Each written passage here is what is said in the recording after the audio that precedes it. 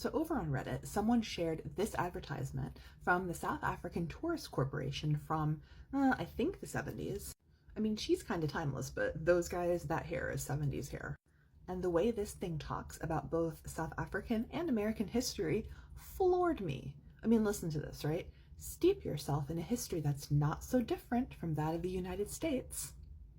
We also had a gold rush and wild frontier towns. You know what else y'all also had? Hi, I'm Angela. I have a PhD in history and I wrote a book on slavery, so let's go! So I was actually in South Africa last month for work and I got to check out a lot of this very American flavored history, right? Pretty much everywhere you look in Cape Town.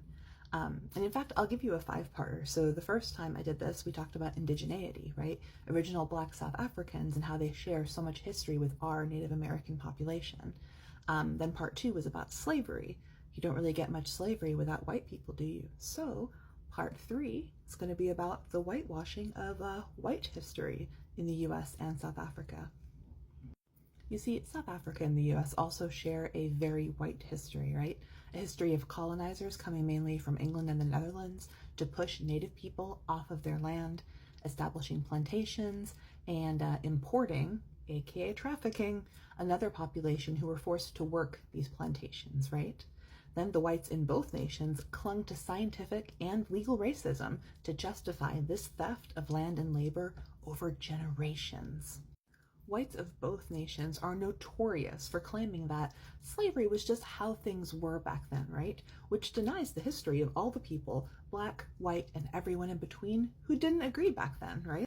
And just like in the US, right, where our narrative is to like uphold the whites, like William Wilberforce, Abraham Lincoln, who were these like mainly white actors in abolition and emancipation, while downplaying the thousands of black abolitionists who led these people, right?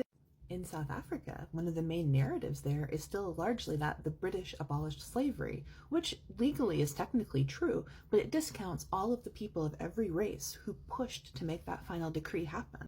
And while we're here and it's only the real ones left watching, may I just say that John Brown did nothing wrong, okay? At the time, moneyed whites tried to portray him as some religious crazy when he did something that any good person would have done, yeah? He took the abolition of slavery into his own hands when his government failed him. Anyway, that's probably more than can fit into this advertisement, so... So please like, comment, share, and subscribe. I'm on YouTube, Instagram, and on Blue Sky as well. Same username.